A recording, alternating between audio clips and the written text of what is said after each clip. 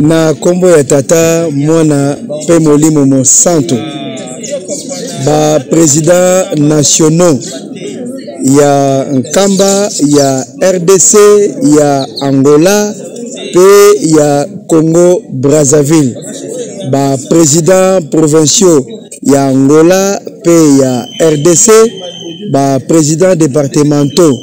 ya Congo Brazzaville ba président paroissiaux nyonso ya Europe ya Asie ya Amérique ya Océanie pe ya Afrique mobimba ba président communaux ya Angola ya RDC pe ya Brazzaville pe ba président sectionnaire ya RDC ya Congo Brazzaville pe ya Angola elongo na ba jeune nyonso ya mokili mobimba toye lisusu mokolo mwalelo kopesa bino information ya sika. D'abord topesi bino merci mingi pamba te tozalaki ebele na ko répondre activement pe positivement na molulu ya rencontre internationale o esalami mokili mobimba o ezalaki le 22 avril 2025 le tata mokonza bule alobi merci tolongi mokolo yango na yango tosali lisusu date ya sika ya deuxième rencontre internationale o kosalama mokolo mwa mardi le 13 mai 2025 ezali ya mokili mobimba. Cette fois-ci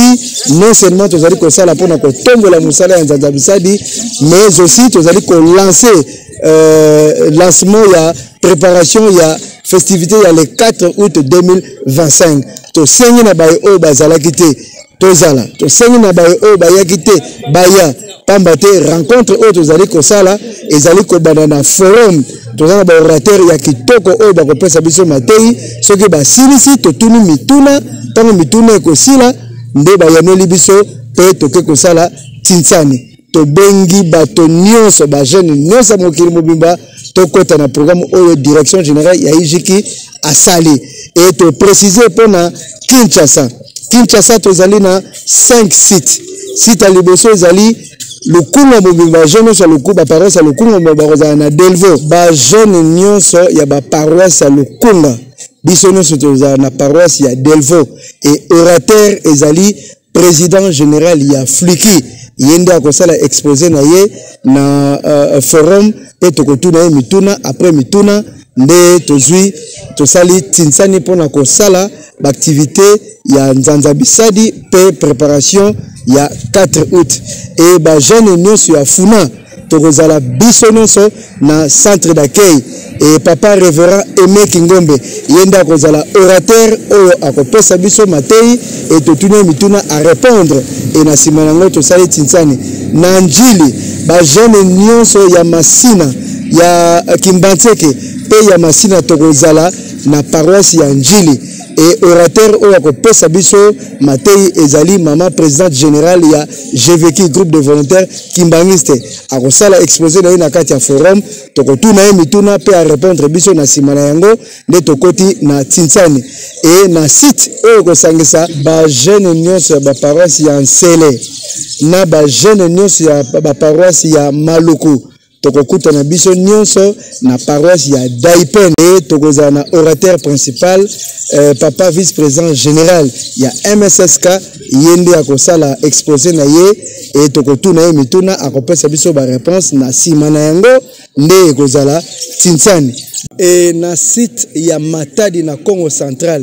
Maman révérende Rita Lukembeladio oyo azali maître avocat yende akosala exposé na ye na kati ya forum et ba jeune nyonso Matadi bakotuna ye mituna ako répondre et na sima ya mituna nde tinsani ekosalama na Katanga na Lubumbashi na paroisse mère ya Lubumbashi nde orateur principal ekozala papa président général ya Koreki yenda ko animer forum oyo akopesa matei et ba jeune ba retourna ba question toko ya ko yanola biso et na suka to sali misala et partout to bongisi to yebisi na ba président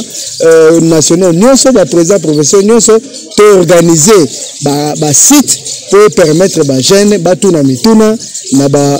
forum oyo ko salama et nasima to sali musala oyo ko tombola misala ya nzanza bisadi pe préparation il y a le 4 août 2025. Tu sais,